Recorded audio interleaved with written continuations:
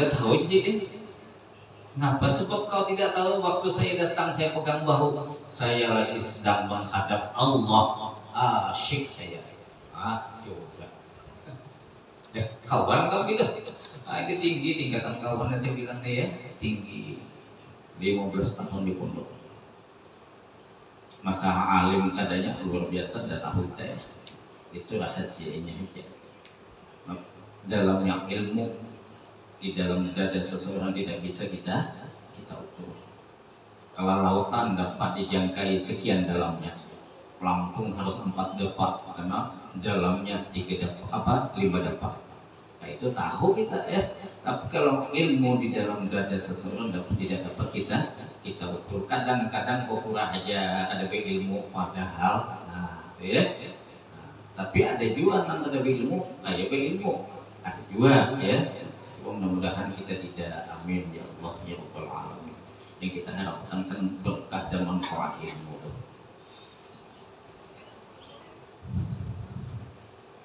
Dan mempelajari yang bersangkutan dengan segala rukun iman lainnya hingga sampai kepada ilmu yakin seperti telah disebutkan.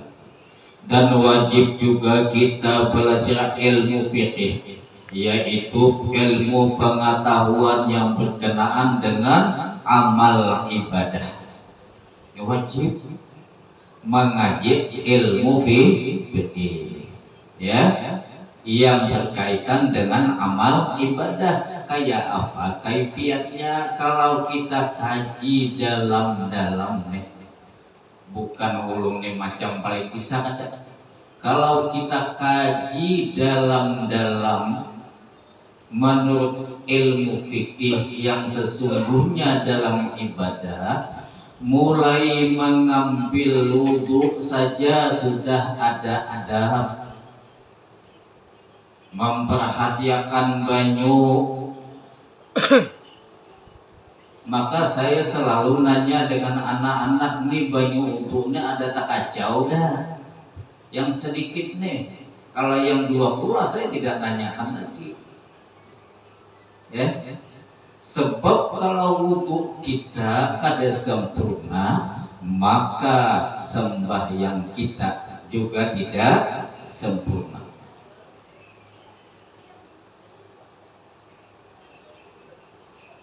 Mulai wudu ada adabnya. Bagaimana kaifiat mengambil wudu?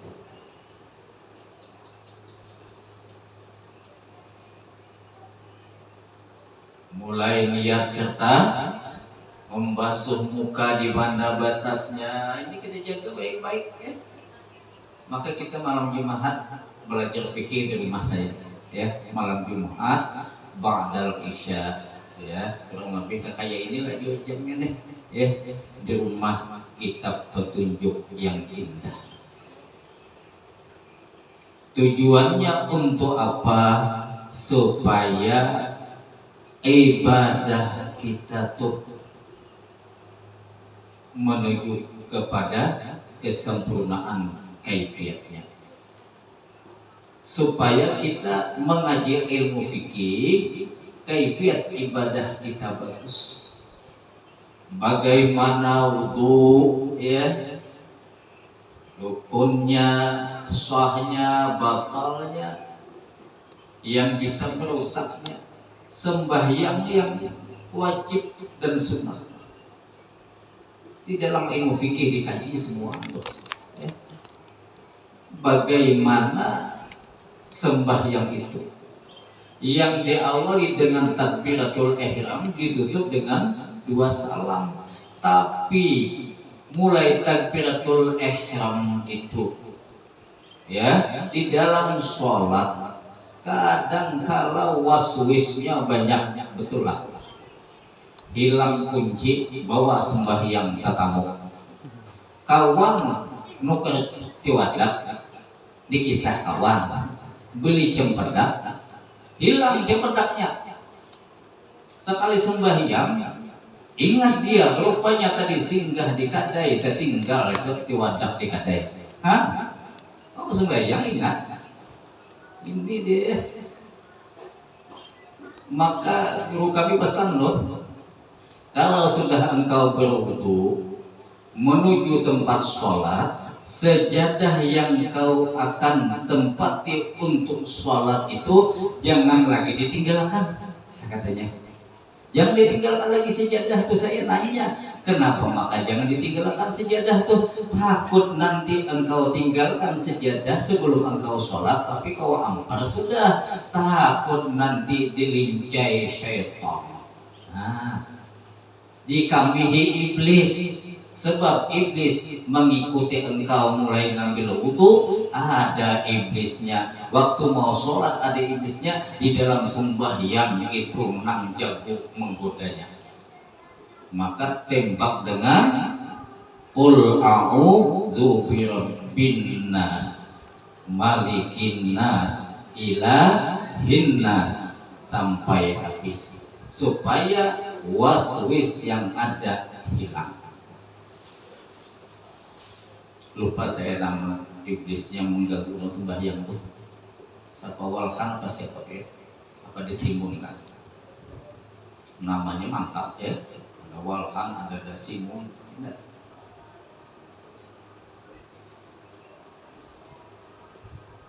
Jadi mulai takbiratul ihram itu fikih itu ya. Kaifiat itu dijaga macam mana. Maka itu ilmu tauhid, ilmu tasawuf, ilmu fikih, ketiga-tiganya di dalam ibadah mesti dikaji, ya, mesti dikaji supaya mantap.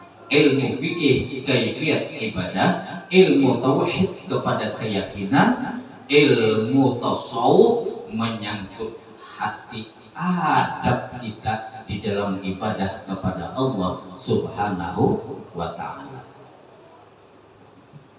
Apalagi juga ilmu fikih bukan hanya untuk sembahyang, tetapi akan puasa juga. Bagaimana puasa? Ya berapa rukunnya? Apa-apa yang membatalkan puasa itu ada semua.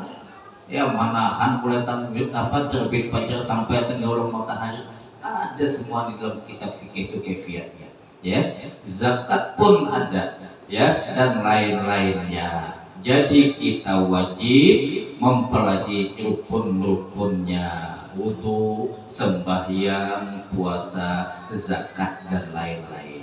Wajib. Setiap yang wajib bila tidak dipelajari maka berdosa kita. Lain yang sunat ya. Yang wajib kalau tidak dipelajari berdosa kita. Maka anak-anak mulai 7 tahun tuh mulai dari ajarkan dikit-dikit ya, masalah wudu, masalah sembahyang. Ada yang bertakun, Ustaz, kalau dia bisa wudu, bisa sholat, tahan puasa, dia dapat pahala dan ini belum dicatat, Ini yang berbuat baik itu belum dicatat, pahalanya akan siapa? Hagan mama bapaknya. Nah, jadi bila dia betul wudunya, sembahyangnya, puasanya tahan dia, ya, maka pahala akan abah mamanya. Jadi abah mamanya yang dapat kiriman pahala tabungan loh. Nah, itu ya. Maka kalau kita bisa ngaji, ini kalau kita bisa membaca Al-Quran, lebih bagus mama bapak yang mengajarkan anak dahulu. Ya, sebab tahu dia anakku ini cerdaskah, bebalkah. Kadang ada guru yang main hambat jangan pada dapat tuh. Mata kau di mana deh. Awak lagi dulu kayak aku juga ngaji. Kalau ingat Ibnu Hajar itu ya, berapa tahun, 18 tahun itu ngaji alif-ba itu pada hafal sampai ya itu belum ya, coba balik dia anak ampe sekolah kecewa dapat bulik kehujanan singgah di pondok betul memandang kepada batu yang ada di situ, lalu tuh batu berlubang, ini katanya batunya berubah kenapa? Rupanya banyunya ke situ. Sedangkan batu aja bisa berubah, bisa lekuk karena banyu. Apalagi otakku babulik pulang dia menuntut ilmu. Tengah di jalan menuju ke tempat dia menuntut ilmu, Allah kasih hidayah. Sampai di dekat pintu di majelis itu, anak-anak sedang disoal oleh tuan gurunya. Tadi dapat jawab, dia dari tanah angkat tangan langsung dapat menjawab. Nah, jika Allah menghendaki bisa aja. Maka itu kita kalau mau ajar kekanakannya nasabar memang. Kami apalagi di PHI dia Ustaz Saiful Nah, lihat ini kayak Cina tenggelam di laut. Ribut ya. Kalau sudah nyeribut tuh buka kitab pada saya bacakan dah dia musik. Anak bunyi lonceng kan, saya bacakan dia paham dah. Ini kadang ngajinya kalau ada rampehan, itu ya. Ada yang lagi minum es makan gambung, mau ke kitab ini makan gambung. Nah, coba ya. Kalau tidak tahan hambat memang ya, hambat. Tapi itulah perlu kita dengan kesopanan mendidik ya, apalagi anak kita. Dan pelan-pelan maka ada bacaan tuh ya, apabila malam Inna anzalnahu fi lailatul qadr sampai habis dibaca 3 kali setelah surat Isya. Kita pegang anak kita ya, bahunya, tiup kendengnya sampai ke umbun-umbunnya, memohon kepada Allah supaya anak ini jadi anak yang soleh, anak yang baik adabnya, akhlak perangainya, budi pekertinya baik, dan baik pula hatinya, serta dia mendapatkan kemudahan di dalam menuntut ilmu. Doa akan tahu setiap isya tuh, apa isya tuh ya. Ini boleh juga kalau mamanya yang bobal imah isya tuh ya, tiup kanengnya, tapi hati-hati niup, lupa kali habis ya. Tapi kalau terlanjur dicium, ada apa-apa sama cium Hajar Aswad, karena pahalanya ya. Tapi ada yang ganang lagi sama membunuh 70 Yahudi. Ustaz Saiful belum hingkat gitu ya, belum hingkat lagi. Insya Allah tahun depan, amin. Jadi doa di majelis kabul ya, kabul. Saya anak bebini dari Kelaten, bebini Ustaz Saiful saya ambil menantu dengan Ustaz jauh hari ini. Anak bebini sih ikumannya, dia ambil kawan sudah jadi habis lagi. Ibu menantu orang alim nih, dimudahkan rezeki, ya, dibahagiakan hidupnya. Nah, jadi kalau hingkat misalnya menantu, ya. Kita ada alim menantu jadi itu dah, supaya nyaman kita mati kita nyenalkin kan. Ini jadi imam ya tahlil ya. Jadi lebih mudah kepada kesampaian tuh pahalanya. Pada ingkat ya berdoa aja lah, senang dengan orang yang alim. Jadi aku ada alim, menantu ada alim, cucu ada alim, ya kawan orang alim itu tetap masuk dalam golongannya kayak itu ya. Semua ada luput kayaknya. Ya ada jurusan yang dendam tuh ada pembacaan talqin ya. Ada mau tahlilakan apa aja lagi hidup wangi banget. Inilah kesempatan aku mandiakan aku kaca-kaca gitu. Aku katok dari kada boleh haram hukumnya ya. Dendam pada orang yang mati. Menghendak lagi hidup karuan sih.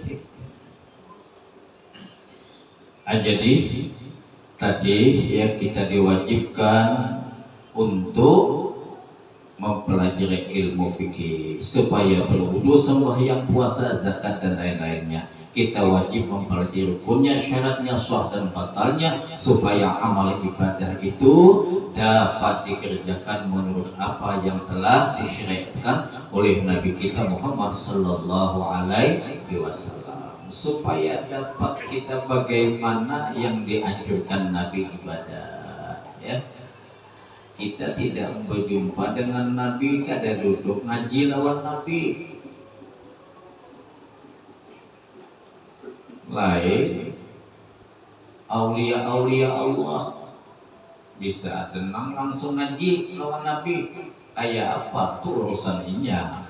Orang yang mukjizat dengan maunah dan keramat. Kita kan juga tamu kawan Nabi ngaji kawan Nabi. Iya, kepada warasatul anbiya itu maka ada apa namanya? Ijma, ada qiyas, ya. Ada kitab-kitab yang disusun oleh para ulama. Bagaimana cara Nabi sholat, bagaimana cara Nabi ibadah. Ya. Di dalam kitab-kitab kan dijelaskan Nabi mengangkat dua tangan, bagaimana kita walaupun tak ada sepenuhnya umat kayak Nabi itu mengangkat dua tangannya, tahir sedikit diam. Ya, kayak ini banyak model-modelnya nih, banyak modelnya takbiratul ihram tuh ya. Takut pula nih akhir zamannya, Dajjal belum muncul, Ya'juj wa Ma'juj belum muncul, model-model sudah banyak. Nah, itu ya, hati-hati. Ada yang angkat dua tangan takbirnya, usolli fardhu maghrib selasa rakaat mustaqbil tiba-tiba ada makmum melihat Allah di atas ini. Nah, umbai. Nah, jadi itu.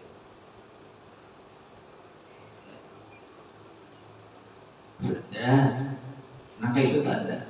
Saya ini banyak berjalan, banyak melihat, tapi kadang banyak disambat siapa. Insya Allah ditunggal tidak. Nah, kan? Insya Allah ditunggal tidak. Dan ditunggalnya pengajian baraannya. Ya. Satu ustadz itu seminggu sampai belasan kali. Dikalikan sebulan sampai 50-60 kali satu ustadznya. Namun masih juga itu lagi salah siapa orang. Ya, kayak itu. Angkat tangan digila ke sini. Tinggi dia. Saya ditanya ketika majelis di Riau, Ustaz kalau kita takbiratul ihram, Allah gitu. Yang ditanyakannya sahdah. Ini rupanya hidin kayak ini sembahyang. Perhatikan Allah hidin. Melantik dada nih. Wah ini smackdown kawannya. Nah coba.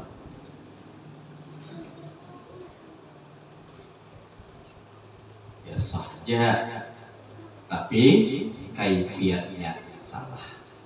Ya, kaifiatnya salah. Nabi menganjurkan supaya diangkat dua tangan tidak dirapatkan, tidak jarang betul. Ya disejajarkan dengan bahu dan telinga, kayak itu ya.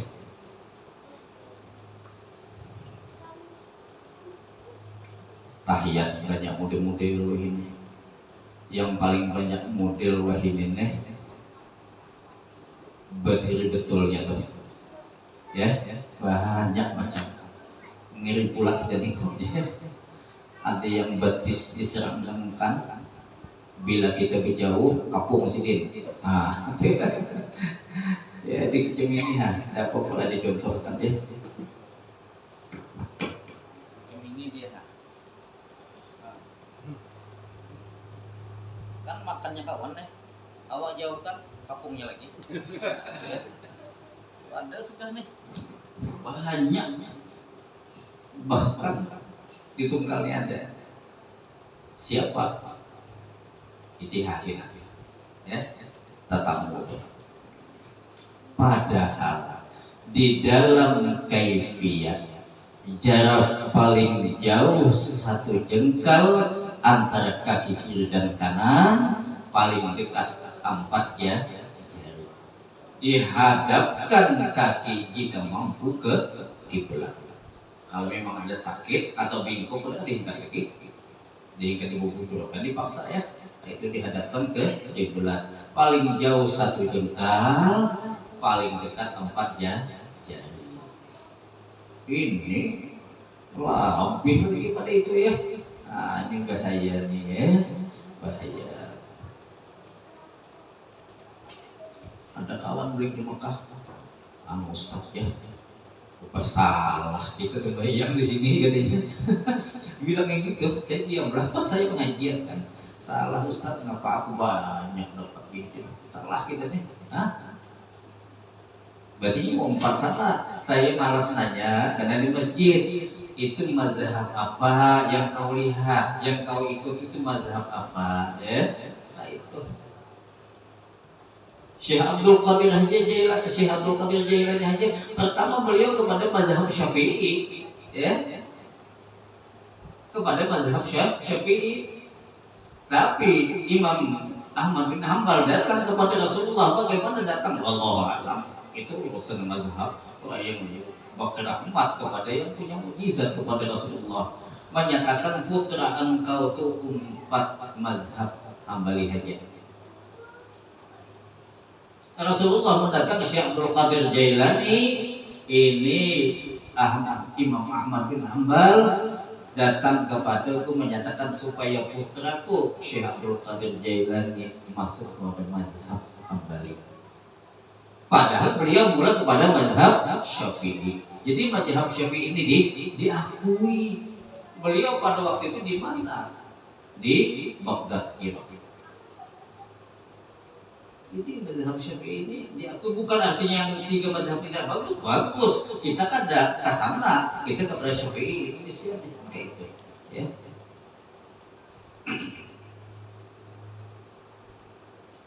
Bagaimana ya di dalam tahiyat macam-macam ini ya Allah. Ya. Ada yang duduk macam ini ha. Ini duduk tahiyat. Kayak ambil, ya. Saya tidak nyebut, melihat. Adalah di dalam kitab itu kayak ini tahiyatnya, ya. Ada tak? Di mana Ustaz? Ada, ya. Ada. Banyak. Iman saya melihat saya ikut. Nah, coba, ya.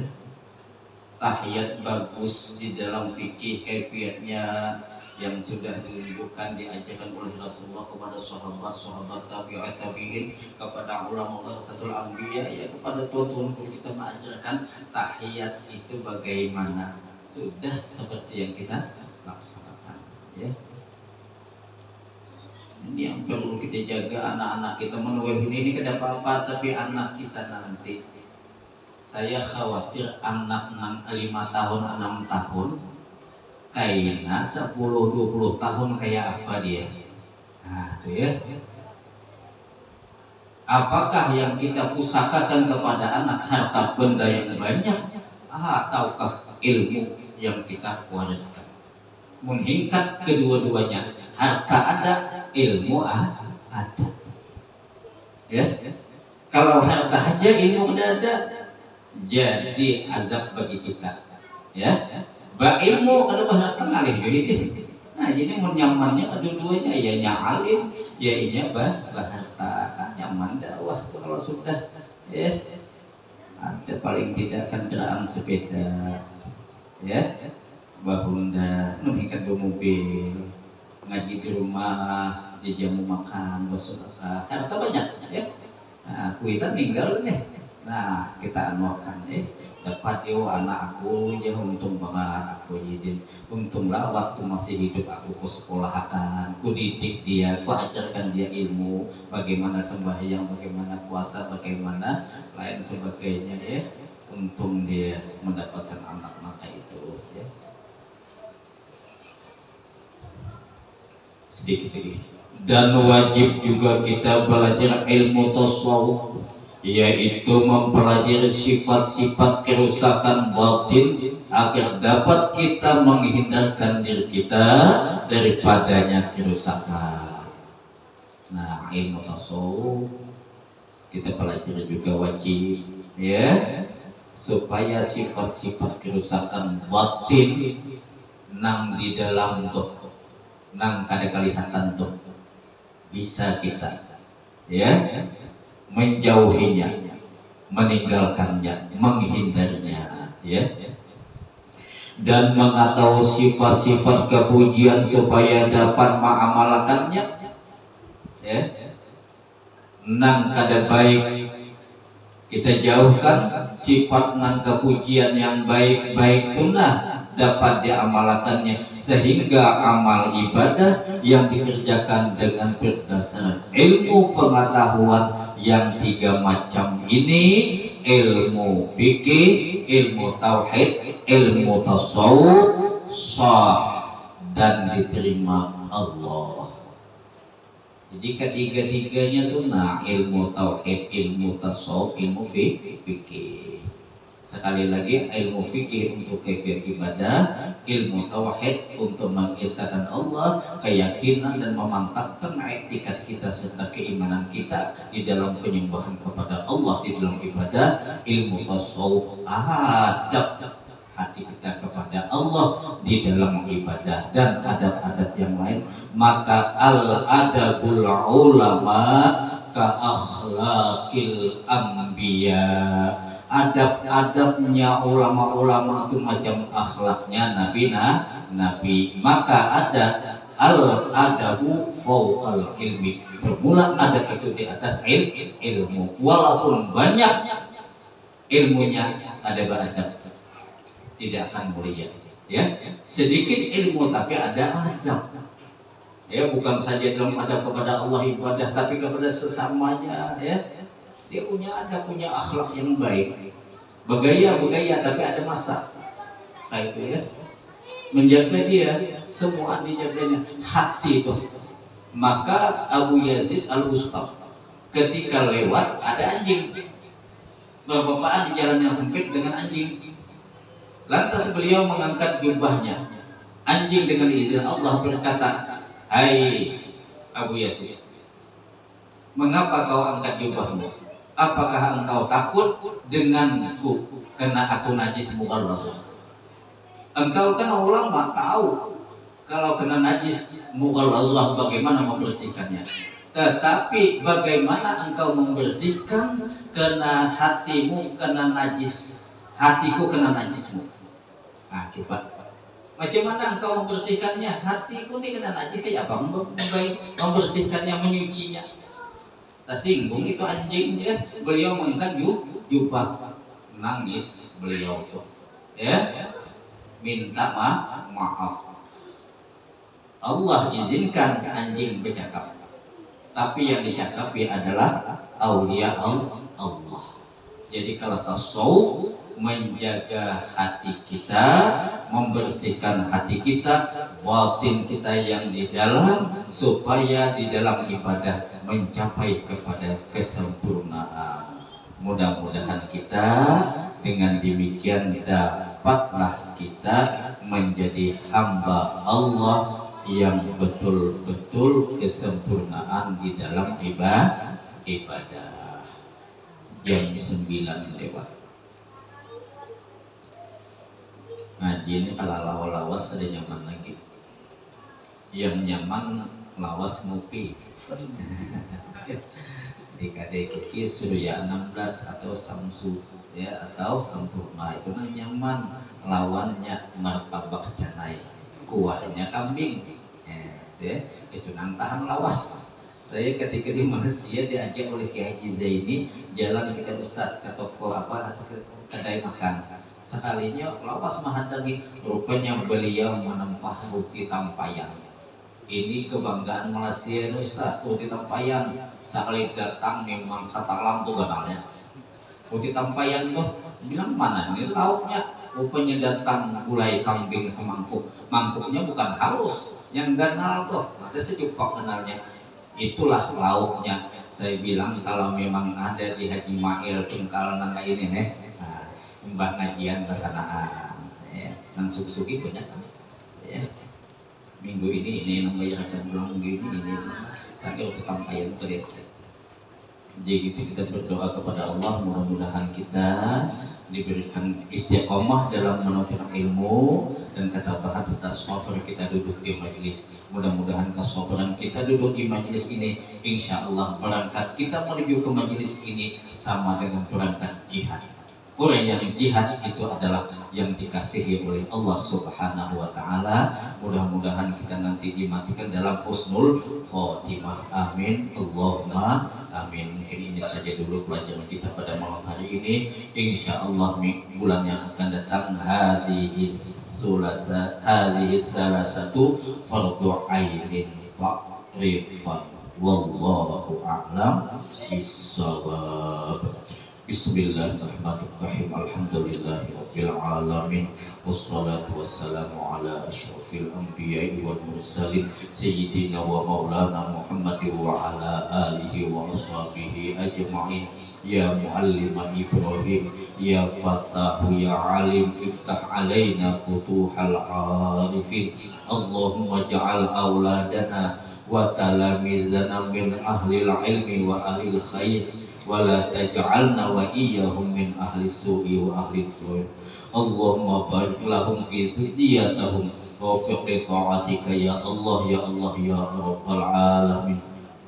Ya muhawwilal ahwal hawwil halana ila ahsanil hal. Rabbana wa taqabbal du'aana ya Allah fi hadzal majlis. Ya Allah biha ya Allah biha ya Allah bi husnil khatimah. Allahumma hasil maqasidana bil barakati wal ma'unah. Rabbana atina fid dunya hasanah wa fil akhirati hasanah wa qina adzabannar. Wa sallallahu ala sayyidina Muhammad wa ala alihi wa ashabihi ajma'in. Subhana rabbika rabbil izzati amma yasifun wa salamun alal mursalin walhamdulillahi rabbil alamin. Ya Rabbi bil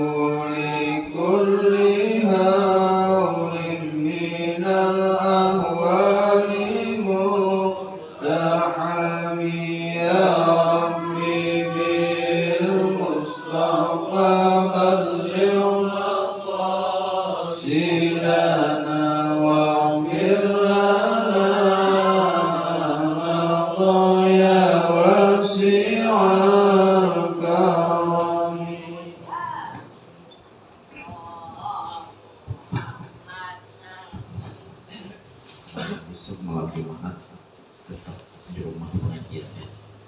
Kebetulan bila sampai sebulan tuh